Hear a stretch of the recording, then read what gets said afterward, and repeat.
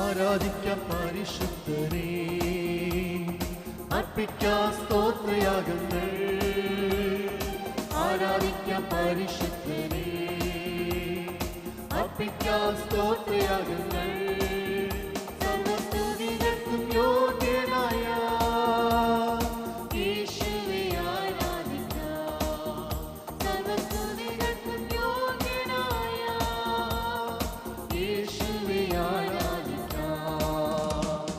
Hallelujah പാടിടാം, ഉയർത്തിടാം യേശുനാമം. Hallelujah പാടിടാം, ഉയർത്തിടാം യേശുനാമം. വല്ലഭനാം യേശുവേ ആരാധിച്ചാർത്തിടാം. വല്ലഭനാം യേശുവേ ആരാധിച്ചാർത്തിടാം. ആരാധിച്ചാർത്തിടുമ്പോൾ വാതിലുകൾ തുറക്കും. ആരാധിച്ചാർത്തിടുമ്പോൾ വാതിലുകൾ തുറക്കും. ഇനിയും അതിനേരം അത്ഭുതങ്ങൾ നടക്കും. ഇനിയും അതിനേരം അത്ഭുതങ്ങൾ നടക്കും. ഹല്ലേലൂയ പാടിടാം, ഉയർത്തിടാം യേശുനാമം. ഹല്ലേലൂയ പാടിടാം, ഉയർത്തിടാം യേശുനാമം. വല്ലഭനാം യേശുവേ ആരാധിച്ചാർത്തിടാം. വല്ലഭനാം യേശുവേ ആരാധിച്ചാർത്തിടാം. മനസ്സ് തകർന്നിടുമ്പോൾ ശക്തിയാൽ നിറച്ചിടും. മനസ്സ് തകർന്നിടുമ്പോൾ ശക്തിയാൽ നിറച്ചിടും. യേശുവിൻ സ്നേഹത്തെ എങ്ങനെ ഞാൻ വർണ്ണിക്കും. യേശുവിൻ സ്നേഹത്തെ എങ്ങനെ ഞാൻ വർണ്ണിക്കും. ഹല്ലേലൂയ പാടിടാം, ഉയർത്തിടാം യേശുനാമം. ഹല്ലേലൂയ പാടിടാം, ഉയർത്തിടാം യേശുനാമം. വല്ലഭനാം യേശുവേ ആരാധിച്ചാർത്തിടാം. വല്ലഭനാം യേശുവേ ആരാധിച്ചാർത്തിടാം. ക്ഷമകലർത്തുമെന്നെ ക്ഷമമായി പോറ്റിടുന്നു. ക്ഷമകലർത്തുമെന്നെ ക്ഷമമായി പോറ്റിടുന്നു. യേശുവിൻ കരുണയിനാൽ സ്തുതികൾ മുഴക്കിടാം. യേശുവിൻ കരുണയിനാൽ സ്തുതികൾ മുഴക്കിടാം. ഹല്ലേലൂയ പാടിടാം, ഉയർത്തിടാം യേശുനാമം. ഹല്ലേലൂയ പാടിടാം, ഉയർത്തിടാം യേശുനാമം. വല്ലഭനാം യേശുവേ ആരാധിച്ചാർത്തിടാം. വല്ലഭനാം യേശുവേ ആരാധിച്ചാർത്തിടാം. ശോകത്തിൽ നിന്നുമെന്നെ സന്തോഷപൂർണ്ണനാക്കും. ശോകത്തിൽ നിന്നുമെന്നെ സന്തോഷപൂർണ്ണനാക്കും. ദേശത്തിൽ നിന്നുമെന്നെ കാലം പിടിച്ചുയർത്തും. ദേശത്തിൽ നിന്നുമെന്നെ കാലം പിടിച്ചുയർത്തും. ഹല്ലേലൂയ പാടിടാം, ഉയർത്തിടാം യേശുനാമം.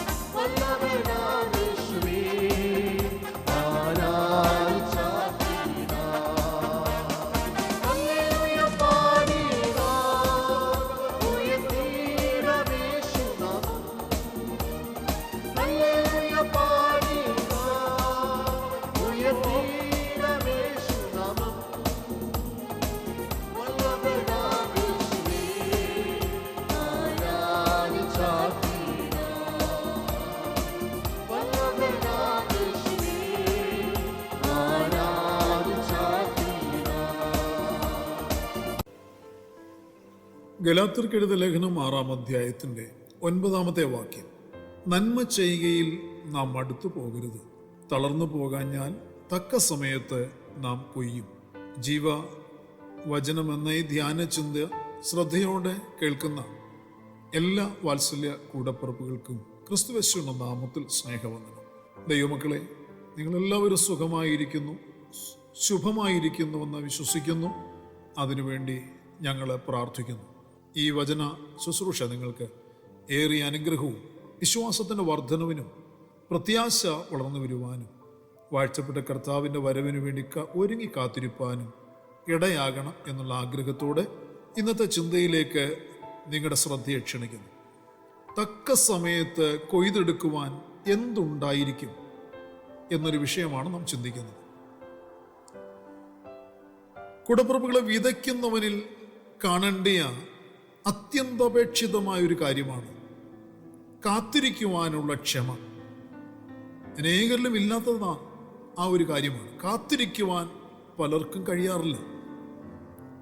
ഇൻസ്റ്റൻ്റായിട്ട് എല്ലാം പെട്ടെന്ന് ലഭ്യമാകും എന്ന ഒരു ചിന്ത ഒരുവിധപ്പെട്ട എല്ലാ മനുഷ്യരിലും, വിശേഷാൽ വിശ്വാസികളുടെ ജീവിതത്തിലും കാണുവാൻ കഴിയും. ഇന്ന് ദൈവത്തിൻ്റെ വചനം പറയുന്നത്, വിതയ്ക്കുന്നവനിൽ കാണേണ്ടിയ ഈ ഒരു ഗുണം, വിതച്ചാൽ ഉടനെ കൊയ്തെടുക്കാൻ പറ്റില്ല. അത് ക്രമേണ വളർന്ന് വലുതായി പൂവിട്ട് കായായി അല്ലെങ്കിൽ കൊയ്തെടുക്കുവാൻ പാകമായി അതുവരെ ഒരു കർഷകൻ കാത്തിരുന്നെങ്കിലും മതിയാകും. അതുകൊണ്ട് ക്ഷമയോടെ കാത്തിരിക്കണം എന്ന ദൈവത്തിൻ്റെ വചനം നമ്മെ ശക്തമായി ഉപദേശിക്കുന്നു. അക്ഷമനാകരുത്. വിതയ്ക്കുമ്പോൾ ഒരു പ്രതീക്ഷയുണ്ട്. ഞാൻ വിതയ്ക്കുന്നത് ജീവനുള്ള വിത്താണ്. വിത്തിനകത്ത് ജീവനുണ്ട്. ആ ജീവൻ പുറത്തു വരുവാനുള്ള അനുകൂലമായ സാഹചര്യങ്ങളും അവസ്ഥാന്തരങ്ങളും ഉണ്ടായെങ്കിലേ, സംഭവിച്ചെങ്കിലേ വിത്തിനുള്ളിലെ ജീവൻ പുറത്തു വരികയുള്ളൂ. സാഹചര്യങ്ങൾ ഒരുക്കിക്കൊടുത്തിട്ടും വിത്തിനുള്ളിൽ അവസ്ഥാന്തരങ്ങൾ ഉളവാകുന്നത് വരെയും, അത് മുളയ്ക്കുന്നത് വരെയും, മുള പുറപ്പെട്ട് കാണപ്പെടുന്നത് വരെയും മാത്രം പോരാ കാത്തിരിപ്പ്. കൊയ്ത്തിന് അല്ലെങ്കിൽ വിളവെടുക്കുന്നതിന് പാകമാകുന്നത് വരെ കാത്തിരിക്കണം. കാത്തിരിക്കുന്നതിന് അത്യാവശ്യമായിരിക്കുന്നത് ക്ഷമയാണ്.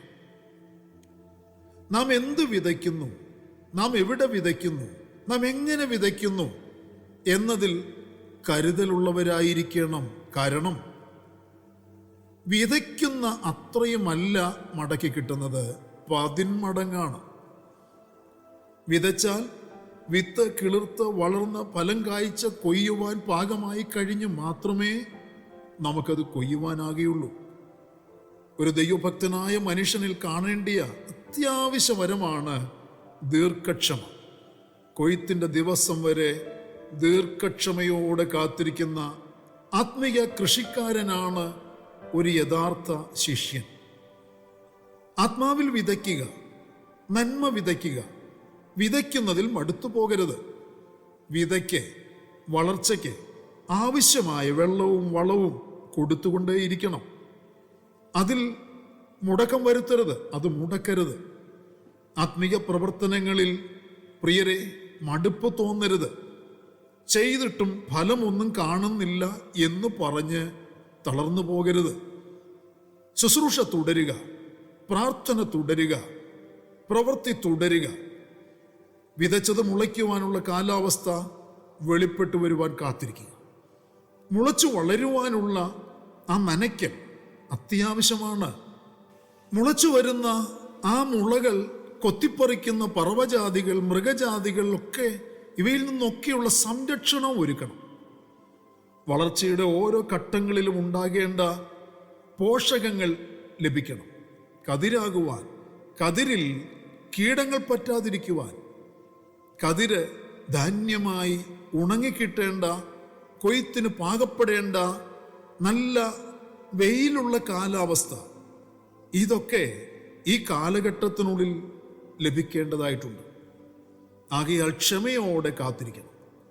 തളർന്നു പോകരുത്, ക്ഷീണിച്ചു പോകരുത്. മടുത്തു പോകരുത്. കാത്തിരിക്കുന്നത് വെറുതെ എന്ന് ചിന്തിക്കരുത്, പറയുകയും അരുത്. കാത്തിരിപ്പിനൊരു ശ്രേഷ്ഠതയുണ്ട് ദൈവമക്കളെ. കാത്തിരിപ്പിനൊരു ഫലമുണ്ട്. കാത്തിരിക്കുന്നവർക്കൊരു മറുപടിയുമുണ്ട്. കാരണം നിങ്ങളുടെ അവകാശത്തിന് വേണ്ടിയാണ് നിങ്ങൾ കാത്തിരിക്കുന്നത്. ഫലം, കൊയ്ത്ത് നിങ്ങളുടെ അവകാശമാണ്. കാരണം നിങ്ങൾ നന്മയാണ് വിതച്ചത്. നിങ്ങൾ വ്യഗ്രതപ്പെടുന്നത് പോലെ നിങ്ങളുടെ അവകാശവും വ്യഗ്രതപ്പെടുന്നുണ്ട് നിങ്ങളിലേക്ക് എത്തുവാൻ എന്ന് മറന്നു പോകരുത്. നിങ്ങളുടെ കയ്യിൽ തന്നെ അത് വന്നു ചേരണം എന്നുള്ളതാണ് ദൈവത്തിൻ്റെ ആത്മാവും ആഗ്രഹിക്കുന്നത്. ദൈവത്തിൻ്റെ വചനം പറഞ്ഞു, തളർന്നു പോകാഞ്ഞാൽ തക്ക സമയത്ത് നാം കൊയ്യും. തളരുന്നതിൻ്റെ ഫലങ്ങൾ വേദനാജനകമാണ് കേട്ടോ. ആത്മീയ നിലവാരത്തിൻ്റെ ശ്രേഷ്ഠത അറിയാൻ കഴിയാതെ പോകുന്ന ഒരവസ്ഥയാണത്. തളർന്നിരുന്നപ്പോഴാണ് ഏശാവ് യാക്കോബിന്റെ കയ്യിൽ നിന്ന് ചുവന്ന പായസം വാങ്ങിക്കുടിച്ച് തൻ്റെ ജ്യേഷ്ഠാവകാശം വിറ്റുകളഞ്ഞത് എന്ന് മറക്കരുത്. അതിൻ്റെ ശ്രേഷ്ഠത, തൻ്റെ തളർച്ചയിൽ ഏശാവ് ജ്യേഷ്ഠാവകാശം എന്ന ആ വലിയ അവകാശത്തിൻ്റെ പദവിയുടെ ശ്രേഷ്ഠത തൻ്റെ തളർച്ചയിൽ ഏശാവ് തിരിച്ചറിയാതെ പോയി. തളർന്നു പോയാൽ കൂടപ്പുറപ്പെ പരാജയം അനുഭവിക്കേണ്ടി വരും. വലിയ കെടുതികൾ അനുഭവിക്കേണ്ടതായി വരും. ദൈവജനം ക്ഷീണിച്ചും തളർന്നു വരുന്നപ്പോൾ അമാലേക്യർ അവരെ സംഹരിച്ചു കളഞ്ഞു എന്ന് തിരുവചനത്തിൽ നമുക്ക് വായിക്കുവാൻ കഴിയുന്നുണ്ട്.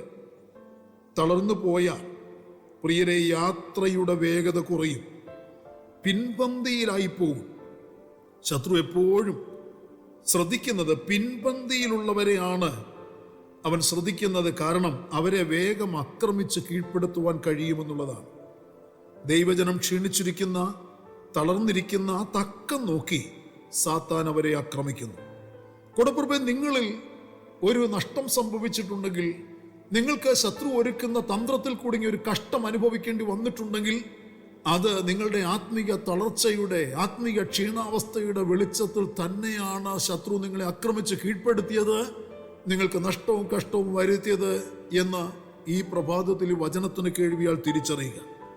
അതുകൊണ്ട് തളർന്നിരിക്കുന്നവരെ, ആത്മീകമായി ക്ഷീണിച്ചവരെ, പ്രാർത്ഥനാ ജീവിതത്തിൽ വീഴ്ച വരുത്തിയവരെ, ആരാധന ജീവിതത്തിൽ വീഴ്ച വരുത്തിയവരെ തക്കം നോക്കി കാത്തിരുന്ന് സാത്താൻ ആക്രമിക്കുന്നുണ്ട്, അവനതിന് വ്യഗ്രതപ്പെടുന്നുണ്ട് എന്ന് മുന്നറിയിപ്പും ദൈവത്തിൻ്റെ വചനം തരുന്നത് കൊണ്ട് അതും നാം ശ്രദ്ധിച്ചെങ്കിലേ മതിയാകുകയുള്ളൂ. പ്രിയരെ, നിങ്ങൾ തളർന്നാൽ, നിങ്ങൾ മടുത്തുപോയാൽ, നിങ്ങളുടെ കൂടെയുള്ളവരും നിങ്ങളുടെ സഹവിശ്വാസികളെയും അത് ക്ഷീണിപ്പിക്കും. ആത്മീയ തളർച്ച ഒരു പകർച്ചവ്യാധി പോലെ പടർന്നു പിടിക്കുന്നതാണ് എന്ന് തിരിച്ചറിയണം. അത് അടുത്തു സഹകരിക്കുന്ന സഹവിശ്വാസികളിലേക്കും പടർന്നു പിടിക്കും. അതിനിടയാക്കരുത്. കുടപ്പുറപ്പുകളെ, തളർന്നു പോകാതെ എനിക്കൊരു കൊയ്ത്തിന്റെ സമയമുണ്ടെന്ന് വിശ്വസിച്ചുകൊണ്ട് ചെയ്യേണ്ട ഉത്തരവാദിത്തങ്ങൾ ചെയ്യുക. ശുശ്രൂഷയിൽ തളരരുത്. കഷ്ടതയിൽ, നിന്ദയിൽ തളർന്നു പോകരുത്. പ്രാർത്ഥനയിൽ നിങ്ങൾ തളർന്നു പോകരുത്. നന്മ ചെയ്യുന്നതിൽ പ്രിയരെ തളർന്നു പോകരുത് എന്ന് തിരുവചനം വ്യക്തമായി പഠിപ്പിക്കുന്നു. അതെ, നിങ്ങൾ വിതച്ചുകൊണ്ടിരിക്കുകയാണ്. കണ്ണുനീരോടെ വിതച്ചാൽ ആർപ്പോടെ കൊയ്യും. ഉടനെ അല്ലെങ്കിലും പ്രതിഫലം കൊയ്യും എന്ന് തിരുവചനം കൊരിന്ത് ലേഖനത്തിൽ വ്യക്തമാക്കുന്നു. ആരും വിതച്ചിട്ട് ഒരാഴ്ച കൊണ്ടോ ഒരു മാസം കൊണ്ടോ ഫലം കൊയ്യാറില്ലല്ലോ. കാത്തിരിപ്പിനൊരു നിശ്ചിത സമയമുണ്ട്. അതേ പ്രിയരെ, നിശ്ചിത സമയം, നിശ്ചയിക്കപ്പെട്ട സമയം, അത് ദൈവത്തിന് സമയമാണ്. ദൈവമാണ് സമയം നിശ്ചയിച്ചിരിക്കുന്നത്. ദൈവത്തിന് സമയത്ത് തക്ക പ്രതിഫലം ലഭിക്കും എന്ന് വിശ്വസിക്കാൻ കഴിയുമെങ്കിൽ ഇന്ന് പ്രഭാതത്തിൽ ആമീൻ പറയുക, സ്തോത്രം ചെയ്യുക. വിതയുടെ സമയത്ത് പ്രിയരെ വിതയ്ക്കാഞ്ഞാൽ, മടിച്ചിരിക്കുകയാണെങ്കിൽ, കൊയ്ത്തിൻ്റെ കാലം വരുമ്പോൾ, കൊയ്യുവാനുള്ള സമയമെടുക്കുമ്പോൾ എങ്ങനെ കൊയ്യും? വിത കരഞ്ഞും കൊണ്ടാണെങ്കിൽ കൊയ്ത്ത് ആർപ്പോടെയാണെന്ന് തിരുവചനം വ്യക്തമാക്കുന്നു. അതെ, കൊയ്യേണ്ട സമയത്ത് കൊയ്തെടുക്കാൻ തക്കവണ്ണം പ്രിയപ്പെട്ടവരെ ക്ഷമയോടെ കാത്തിരിക്കുക. കാത്തിരിപ്പിൻ്റെ ആ സമയത്തിൽ നിങ്ങൾ മടുത്തു പോകാതെ ദൈവത്തിൻ്റെ സന്നിധിയിൽ സ്തോത്രമർപ്പിച്ച് കാത്തിരിക്കുക. പ്രിയരെ, ആത്മീയ ജീവിത നിലവാരത്തിൽ, വിശ്വാസ ജീവിതത്തിന് നടപ്പിൽ നിങ്ങൾ വിതച്ചത് കൊയ്തെടുക്കുവാൻ തക്കോണം കാത്തിരിക്കുന്നുണ്ടോ? ആ സമയത്തിലൂടെ കാത്തിരിക്കുന്നുണ്ടോ? കൊയ്തെടുക്കുവാൻ എന്തെങ്കിലും ഉണ്ടായിരിക്കുമോ? കൊയ്തെടുക്കാൻ ഒന്നുമില്ലെങ്കിൽ ലജ്ജിക്കപ്പെടും എന്ന് തിരുവചനം സങ്കീർത്തനത്തിൽ കൂടി വ്യക്തമായി പഠിപ്പിക്കുന്നുണ്ട്. ആകയാൽ ആർപ്പോടെ കൊയ്യുവാൻ തക്കവണ്ണം കണ്ണുനീരോടുകൂടി വിതയ്ക്കുന്നതിൽ മടുപ്പ് വേണ്ട. അത് വളർന്നു വരുവാനും അത് കൊയ്തെടുക്കുവാനുള്ള കാലത്തിനു വേണ്ടി കാത്തിരിക്കുക. പ്രാർത്ഥനയ്ക്കായി കണ്ണുകളെ അടയ്ക്കാം.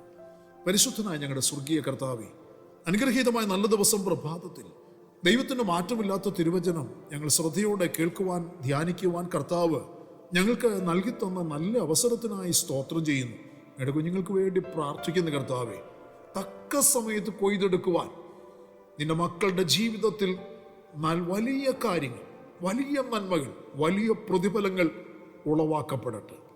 ക്ഷമയോട് കാത്തിരിക്കുവാൻ, ആ തക്ക സമയത്തിന് വേണ്ടി കാത്തിരിക്കുവാൻ കർത്താവ് എല്ലാവരെയും പ്രാപ്തരാക്കണമേ. ആരും അടുത്തു പോകാൻ, പിറുപിറുത്തു പോകാൻ, വഴിയിൽ ഉപേക്ഷിച്ചു പോകുവാൻ, പ്രവൃത്തി നിർത്തിക്കളയാൻ, ശുശ്രൂഷയിൽ തളർന്നിരിക്കുവാൻ ഇടയാകരുതേ എന്ന് പ്രാർത്ഥിക്കുന്നു. സ്വർഗം വലിയവ ചെയ്താട്ട്, നന്മകളും അനുഗ്രഹങ്ങളും പകർന്നാട്ട്, മഹത്വം അങ്ങയ്ക്ക് മാത്രം അർപ്പിക്കുന്നു. സകലതും ഞങ്ങൾക്ക് വേണ്ടി ജീവൻ തന്ന യേശു കർത്താവിന് ധന്യമായ നാമത്തിൽ താഴ്മയോട് അപേക്ഷിക്കുന്ന അപ്പച്ച, ദയ തോന്നി കേൾക്കുമാറാകണമേ. ആമേൻ.